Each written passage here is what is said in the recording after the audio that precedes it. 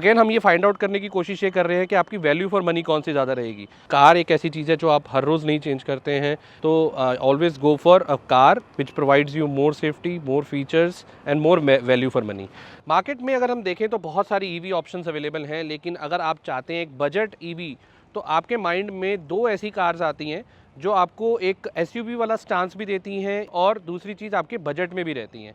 मैं वीडियो के स्टार्टिंग में ये बता देना चाहता हूँ कि क्यों इन दोनों कार्स का जो कंपैरिजन है वो डायरेक्ट कंपैरिजन नहीं बनता, लेकिन प्राइस भी जो है थोड़ा सा, अगर आप इसके टॉप वेरिएंट और इसका मिड वेरिएंट देखते हैं, वो हम इस वीडियो में जो है वो कंसिडर करेंगे। उसमें हम ज़्यादा कोशिश करेंगे कि ऐसी कोई सोल्यूशन पे निकल के आ सकें कि ईवीज अगर आप लेना चाह रहे हैं तो दोनों में से कौन सी बेटर है।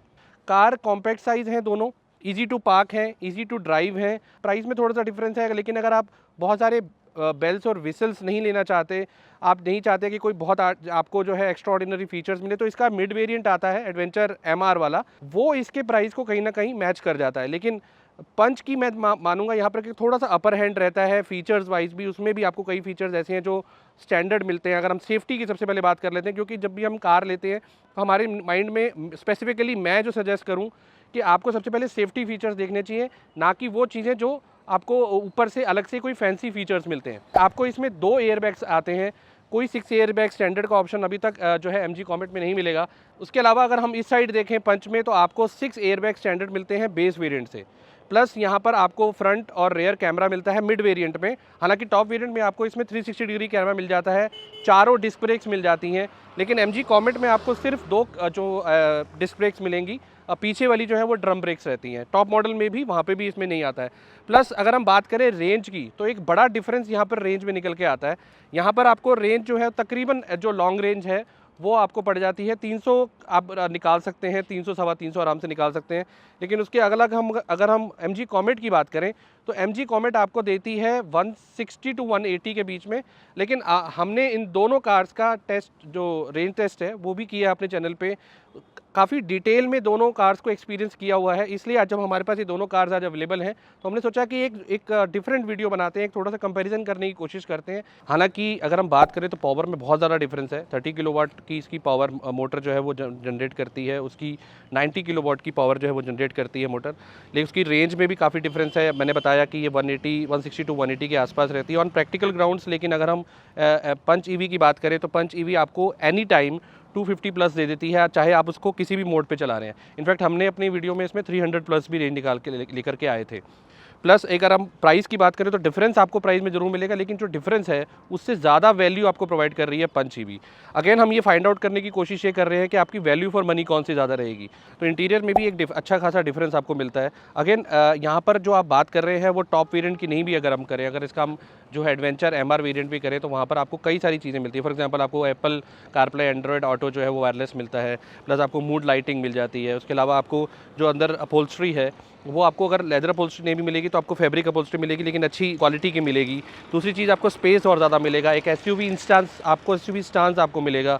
अगेन आप जब रोड पे निकलते हैं तो फिर वो आपको एक ऐसा फील देता है कि आप एक कंप्लीट कार लेके निकल रहे हैं। कहीं ऐसा नहीं है कि वो जो है आपको लोग टॉयश फील वाला कार वाला फील देंगे, बिकॉज ये चीज़ हमने नोट की है। जब हम कॉमेट को लेकर के रोड पे निकले तो लोग बहुत ज़्यादा जो है इसकी तरफ अट्रैक्ट हो रहे थे। हालांकि हेड टर्निंग ज़रूर थी, कई बार आपको ऐसे वो भी चीज़ फील करते हैं कि आपको थोड़ा सा लाफिंग स्टॉक भी बनता है कि आपको यार ये वो जो गाड़ी है वो आपको कंप्लीट कार वाला फील नहीं देती है। दूसरी साइड अगर हम पंच ईवी की बात करें तो आपको एक प्रॉपर जो है कॉम्पैक्ट साइज फैमिली कार वाला फील देती है। दूसरी चीज़ एक और है कि अगर हम सेल की बात करें तो पंच ईवी जो है वो आपकी ऑलमोस्ट 15,000 कार्स पर मंथ निकलती हैं, अगर हम इसकी आईज और ईवी दोनों की बात करें। और one of the most selling cars में से है।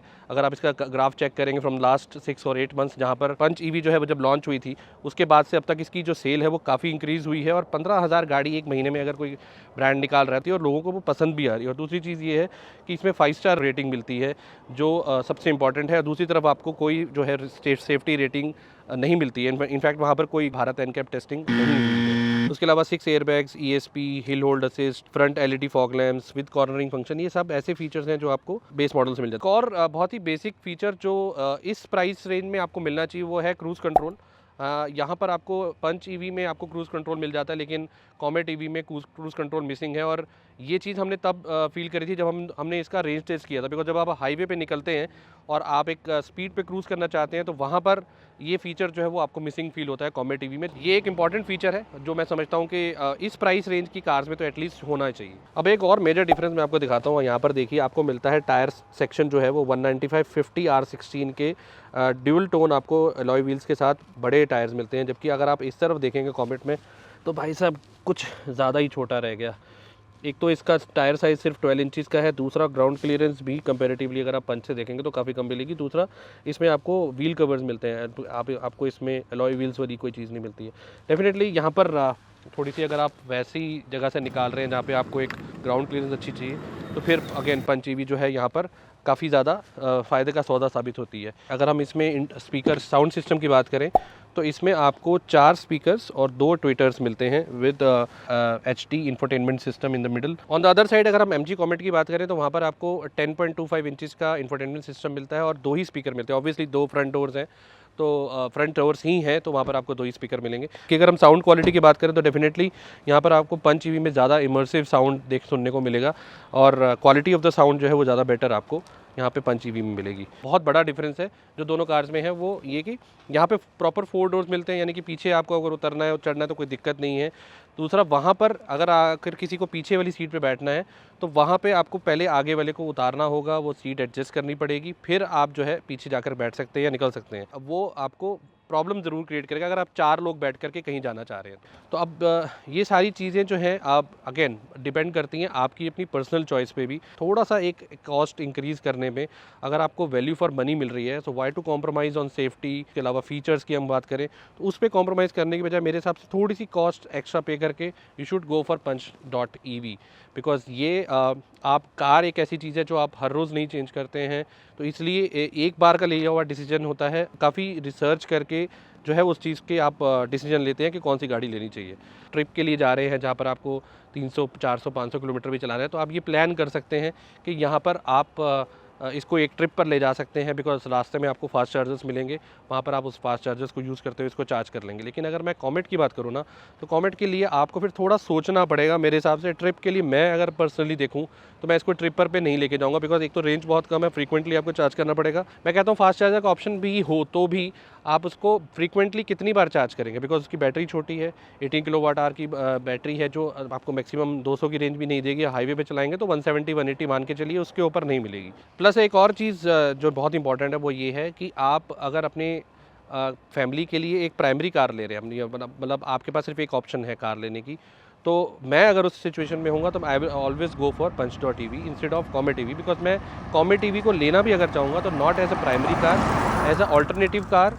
बट अगर मेरे पास कोई गाड़ी नहीं है, I have to buy a single car only, then I will always go for punch.ev instead of Comet EV. तो ये कुछ ऐसे पॉइंट्स थे जो मुझे लगा कि आपके साथ शेयर करनी चाहिए बिकॉज दोनों कार्स हमारे पास थी, हम दोनों कार्स को एक्सपीरियंस कर रहे थे। इनफैक्ट पहले भी हमने इन गाड़ियों को काफ़ी अच्छे से एक्सपीरियंस किया हुआ है, रेंज टेस्ट किया हुआ है, तो हम जानते थे कि इसमें क्या क्या चीज़ें ऐसी हैं जो सेम हैं और डिफरेंस इनमें क्रिएट करती हैं। और अगर आपका बजट 10 से 11 लाख के आसपास है तो वहाँ पर फिर आपके लिए कौन सी कार जो है वो वैल्यू फॉर मनी रहेगी। अगर मैं अपना पर्सपेक्टिव यहाँ पर रखूँ, अपना ओपिनियन रखूँ, रिकमेंडेशन अगर आपको दूँ तो always go for a car which provides you more safety, more features and more value for money. दोनों कार्स जो हैं वो ईवी हैं, दोनों का प्राइस सेगमेंट एक थोड़े से प्राइस डिफरेंस में ज़रूर है। दोनों की हर किसी की अपनी प्रायोरिटीज़ अलग होती हैं, हर किसी की अपनी चॉइस अलग होती है। कोई इस गाड़ी के लिए ना जाना चाहेगा, कोई इस कार के लिए जाना चाहेगा। हमारा सिर्फ ये काम होता है कि हम उस दोनों कार्स में से ये निकाल करके लेके आए कि ज़्यादा वैल्यू फॉर मनी कौन सी रहेगी। जो मैंने अभी इस जो एक वीडियो में सारे पॉइंट्स कवर किए और उसके बाद मैं खुद पे एक अपना डिसीजन मेक करूँ तो मैं punch.ev के लिए जाना चाहूँगा और इस गाड़ी को अपना प्राइमरी व्हीकल बनाऊँगा। तो ये वीडियो अगर आपको अच्छा लगा है तो लाइक कर दीजिए, चैनल को सब्सक्राइब कीजिए। मिलते हैं किसी और वीडियो में, तब तक के लिए goodbye and take care.